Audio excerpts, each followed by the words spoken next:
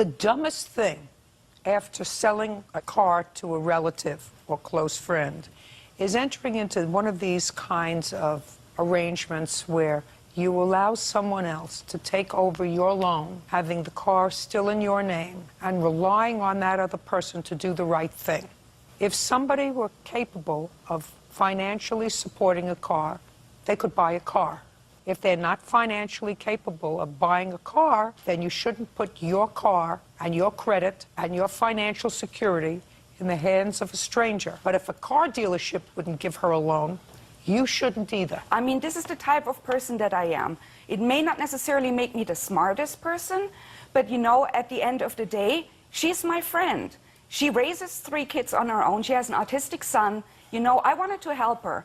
There was absolutely nothing in my mind that said... Help her? You want to help her? Give her $1,000. Tell her to go get a second-hand used car that'll get her to and from where she wants to go, and say, you didn't have to pay me back. Here's the money. Goodbye. But you obligated yourself to this car. Now, there must have come a time when you could no longer deal with that obligation. Yeah. That you could have cut your losses in a different way. But what I found is, and I've done 50 of these cases, it never works out. Never. There are all kinds of scenarios that happen. None of them are positive. So listen up out there, all you millions of people. Don't buy a car that you can't afford. Don't buy a house that you can't afford. Don't buy a TV that you can't afford. Don't buy a diamond you can't afford. Don't buy anything you can't afford.